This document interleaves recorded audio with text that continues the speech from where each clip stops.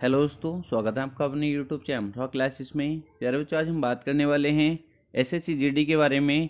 SSC GD में normalisation कैसे होता है और किसे नॉर्मलाइजेशन का ज़्यादा फ़ायदा मिलता है। प्यारे बच्चों, आपने देखा होगा कभी कभी ऐसा भी होता है कि ज़्यादा नंबर वाला बच्चा फेल हो जाता है और कम नंबर वाला बच्चा पास हो जाता है। ठीक है, ये सब कैसे होता है बहुत अच्छे से मैं आपको समझाने वाला हूँ। ठीक है, आपने बहुत बड़े बड़े टीचर से सुना होगा कि वो बताते हैं कि नॉर्मलाइजेशन उसको ज़्यादा मिलता है जो कम क्वेश्चन गलत करता है। ठीक है, जो ज़्यादा क्वेश्चन गलत करता है उसको नॉर्मलाइजेशन का फ़ायदा नहीं मिलता। ये सरासर बात प्यारे बच्चों बिल्कुल गलत है। ठीक है, सब कुछ आपको प्रूफ दिखाने वाला हूँ और आज तक कोई नहीं बता पाया कि किसे नॉर्मलाइजेशन का ज़्यादा फ़ायदा मिलता है। ठीक है, बहुत अच्छे से हम समझने वाले हैं।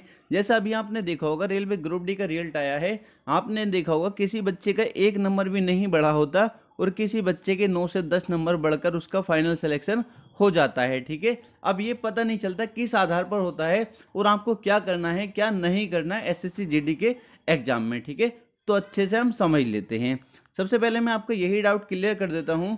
जो बच्चे कहते हैं कि सर जो बच्चा क्वेश्चन ज़्यादा गलत करता है उसको नॉर्मलाइजेशन नहीं मिलता, तो सबसे पहले ये डाउट आपका क्लियर कर देता हूँ। ठीक है, आप देखेंगे बहुत अच्छे से आप समझेंगे। ये एसएससी जीडी का स्कोर कार्ड है। ठीक है, 3 बच्चों का मैंने स्कोर कार्ड लिया है, बहुत अच्छे से मैं आपको समझाने वाला हूँ।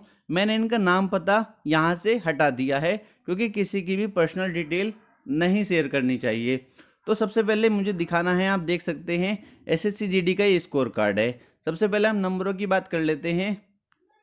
तो इस स्टूडेंट के नंबर जो थे प्यारे बच्चों, आप देखेंगे इसके रो मार्क्स जो थे कितने थे 74। कितने थे प्यारे बच्चों 74। नॉर्मलाइजेशन होने के बाद इसके नंबर कितने हो गए 79 पॉइंट कितने 49। मतलब लगभग आप कह सकते हैं 5.5 नंबर इसके बढ़ चुके हैं। कितने लगभग 5.5 नंबर इस बच्चे के बढ़े थे। यहाँ पर क्लियर है, क्लियर है या नहीं आपको सर? बिल्कुल क्लियर है। ठीक है, दूसरा मैं दिखा देता हूं आपको। दूसरा स्कोर कार्ड आप देखेंगे ये आसिम का था। यहां से मैं आपको डायरेक्ट नंबर ही दिखा देता हूं। इस बच्चे के आप नंबर देखेंगे तो इसके कितने थे रो मार्क्स कितने थे प्यारे बच्चों 66। कितने 66 थे। इसके बच्चे कितने इंक्रीज हुए आप देख सकते हैं, डायरेक्ट आपके सामने है। कितने नंबर इसके नॉर्मलाइजेशन से बढ़े हैं प्यारे बच्चों? आप कहेंगे कितने 11.5 नंबर। ठीक है, 11.5 नंबर लगभग इसके बढ़ चुके हैं। आप अपने सामने अपनी आंखों से देख सकते हैं। क्लियर है क्या? इस बच्चे ने आप देखेंगे इस बच्चे के कितने क्वेश्चन गलत थे पता है आपको? ठीक है, इसके बहुत क्वेश्चन गलत थे। जबकि आप नेक्स्ट देखेंगे, आप नेक्स्ट देखेंगे तो यहां देखेंगे आप ये स्कोर कार्ड को आप देख रहे होंगे तो आप इसमें देखेंगे कितने नंबर हैं। यहाँ पर रो मार्क्स कितने हैं 87। आपको क्या लगता है इनके ज़्यादा क्वेश्चन गलत होंगे? आप कहोगे सर इनके क्वेश्चन तो गलत नहीं होंगे क्योंकि 87 तो मार्क्स हैं ही। ठीक है, इनके कितने मार्क्स इंक्रीज हुए? केवल 2 मार्क्स इंक्रीज हुए। कितने 2 मार्क्स इंक्रीज हुए हैं।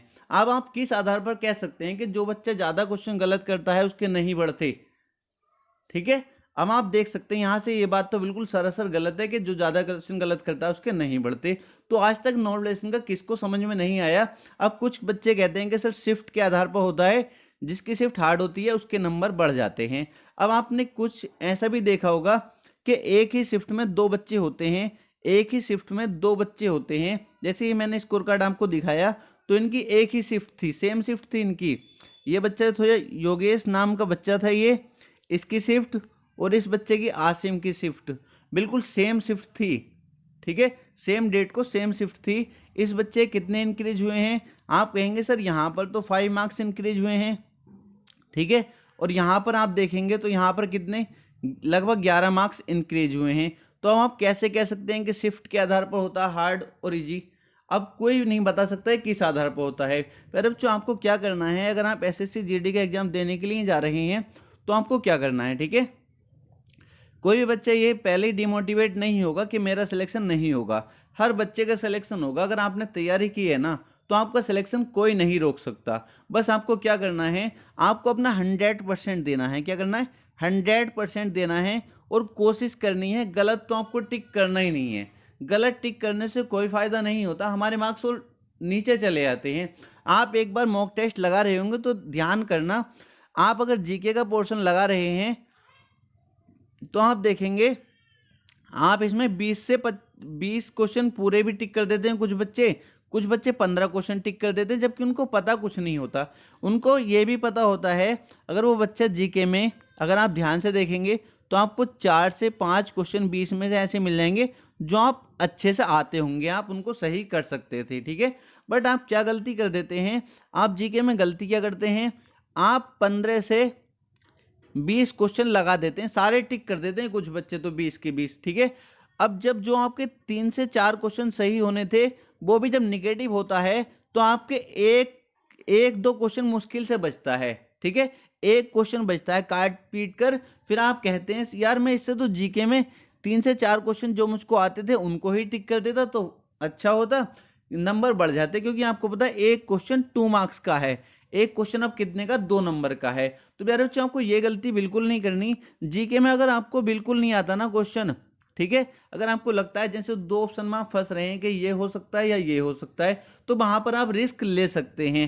अगर आपको चारों ऑप्शन में बिल्कुल नहीं पता कि कौन सा आंसर होगा तो आपको उस क्वेश्चन को बिल्कुल टिक नहीं करना है, ध्यान रखेंगे, बिल्कुल उस क्वेश्चन को छूना नहीं है, ठीक है। तो आपको क्या करना है, कोशिश करनी है अपना 100% देना है, ठीक है। जितना आप चाहता उतना करने की कोशिश करनी है, ज़्यादा फालतू क्वेश्चन आपको टिक नहीं करने, क्योंकि 1/3 की मार्किंग होती है, बहुत नुकसान आपको उठाना पड़ता है उसका, ठीक है। तो आप क्या करेंगे, जितना आपको आता है उतना टिक करेंगे। अगर 2 ऑप्शन में आप फंस रहे हो तब वहां पर आप रिस्क ले सकते हो, ठीक है, कोई दिक्कत नहीं किसी बच्चे को भी। और जो असम से आते हैं, ठीक है, जो असम से आते हैं और इधर वेस्ट बंगाल से आते हैं, जिनकी कट ऑफ काफी कम रहती है, आपको अपनी कट ऑफ का पता होगा, ठीक है।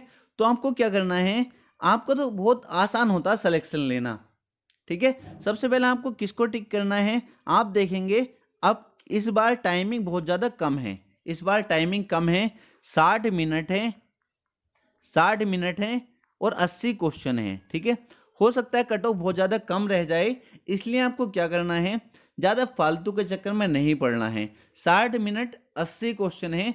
सबसे पहले, क्योंकि जब बहुत बच्चे ऐसे होते हैं मैथ्स कर तो लेते हैं सब क्वेश्चन, जैसे आपको पता है हिंदी आने वाली है, इसमें 20 क्वेश्चन हिंदी, रीजनिंग, जीके और मैथ। बहुत बच्चे ऐसे होंगे जो मैथ्स कर तो लेते हैं, 20 के 20 क्वेश्चन कर लेंगे, बट वो टाइमिंग बहुत ज़्यादा ले जाते हैं। तो प्यारे बच्चों आपको ये गलती नहीं करनी है। अगर मैथ्स आपका अच्छा भी है और टाइम आपको ज़्यादा लगता है तो आपको पहले मैथ्स को नहीं करना है, ठीक है, क्योंकि आपको बहुत नुकसान उठाना पड़ सकता है। अगर आपने मैथ्स में ज़्यादा टाइम ले लिया तो आप रीजनिंग के क्वेश्चन भी जल्दबाजी में गलत कर देंगे, ये मैं आपको गारंटी से कह सकता हूँ, ठीक है। फिर रीजनिंग में आपको इतना टाइम चला जाएगा आपका, फिर आपके हाथ पांव फूलने लगेंगे, फिर आप हिंदी के क्वेश्चन जो आसान होते हैं उनको भी टिक नहीं कर पाएंगे। तो सबसे पहले आपको क्या करना है, आपको श्योर सिलेक्शन के लिए सबसे पहले आपको हिंदी आपकी मजबूत होगी तो आपको हिंदी में कोशिश करनी है 20 के 20 क्वेश्चन अच्छे से टिक कर दें, ठीक है, क्योंकि हर किसी बच्चे की हिंदी तो अच्छी होती ही है। तो सबसे पहले आपको हिंदी को अच्छे से करना है। किसको करना है, सबसे पहले आप हिंदी करेंगे सबसे पहले, क्लियर। हिंदी के 20 क्वेश्चन टिक कर देंगे, मुझे लगता है हर बच्चे को 18 क्वेश्चन तो आते होंगे, क्योंकि हिंदी बहुत ज़्यादा आसान आती है इसकी, ठीक है। अगर 2 ऑप्शन में फंस रहे हैं तो हिंदी में टिक कर सकते हैं, क्योंकि हिंदी में सही होने के ज़्यादा चांस रहते हैं, जबकि जीके में बहुत कम चांस रहते हैं कि हमारा क्वेश्चन नहीं आता तो सही हो जाए, ठीक। उसके बाद आपकी रीजनिंग अच्छी होगी, क्योंकि रीजनिंग के साथ हमको जाना पड़ेगा, जीके में हमको इतना भरोसा नहीं होता।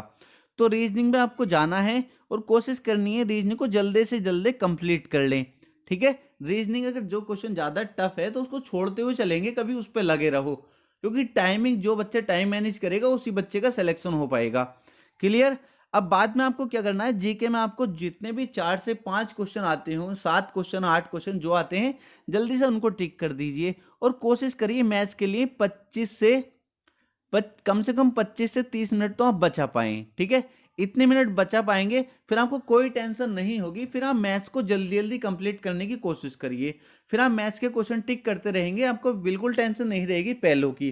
अगर आप पहले ही मैथ्स सोल्व करने लगे और आपको क्वेश्चनों में टाइम लगने लगा तो आप मैथ्स को बीच में छोड़कर फिर आप हिंदी की तरफ भागोगे, ना वो आपका मैथ्स कंप्लीट होगा, फिर ना आपकी हिंदी अच्छे से कंप्लीट हो पाएगी, क्योंकि आपका दिमाग डाइवर्ट हो जाएगा, ठीक है। तो इसलिए मैथ्स को जो करना है इस बार वो सबसे लास्ट में करना है, मैथ्स को इस बार सबसे लास्ट में आपको टाइम देना है, जितने भी आप 25 से 30 मिनट कोशिश करिए 30 मिनट आप बचा पाएं, क्लियर है।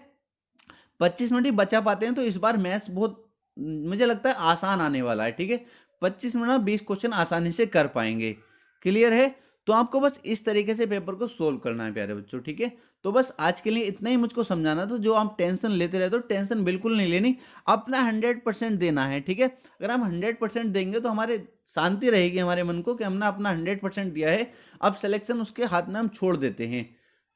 हमारा मेहनत करना बस की है। हम एग्जाम अच्छे से दे सकते हैं, 100% दे सकते हैं, और जो भी होगा वो अब उसके हाथ में छोड़ देते हैं हम। जो होगा अच्छा ही होगा। ठीक है, तो बस इतना ही मुझको बताना था। बिल्कुल टेंशन आपको नहीं लेनी है।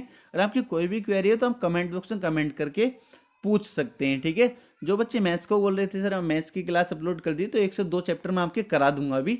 आपको टेंशन बिल्कुल नहीं लेनी है। और जो बच्चे बोल रहे थे कि सर पाइप टंकी करा दीजिए, तो पाइप टंकी बिल्कुल समय और कार्य का बिल्कुल सेम रूप है, कुछ भी अंतर नहीं है। समय कार्य बिल्कुल सेम है। क्लियर? अगर आपको होगे तो मैं करा दूंगा, वरना 1 से 2 चैप्टर जो इंपॉर्टेंट चैप्टर हैं उनको पहले मैं आपको करा दूंगा, क्योंकि इतना टाइम मेरे पास भी नहीं होता कि मैं आपको, क्योंकि वीडियो बनाना बहुत ज़्यादा मुश्किल हो जाता है चारों सब्जेक्ट का। और फिलहाल तो घर पे इतना काम चल रहा है कि पढ़ाना बहुत ज़्यादा मुश्किल है। अभी मैं अदर साइड आकर वीडियो बना रहा हूँ आपके लिए। ठीक है, मन की इतना तो बच्चों को समझा ही देता हूँ। और मैंने उस पर टेलीग्राम सभी बच्चों को ज्वाइन कर लेना है। वहाँ पे मैंने बता दिया रीजनिंग में केवल आपको उन्हीं चैप्टर को पढ़ना है जो मैंने अभी आपको बताया कि जिनसे क्वेश्चन आए हुए हैं। 25 क्वेश्चन जो मैंने सेंड किए हैं। ठीक है, वहाँ पे आप टेलीग्राम पर देख लेंगे। उनसे अलग आपको रीजनिंग कोई एक सिंगल क्वेश्चन भी देखने को नहीं मिलेगा। केवल उन्हीं चैप्टर को आप उस जैसे क्वेश्चनों की बार बार प्रैक्टिस कर लेंगे। ठीक है, तो बस आज के लिए इतना ही था। अगर किसी बच्चे को कोई क्वेरी है तो कमेंट बॉक्स में कमेंट करके पूछ सकते हैं। मिलते हैं नेक्स्ट वीडियो में। ठीक है, हाँ, टेलीग्राम को जरूर ज्वाइन कर लेना।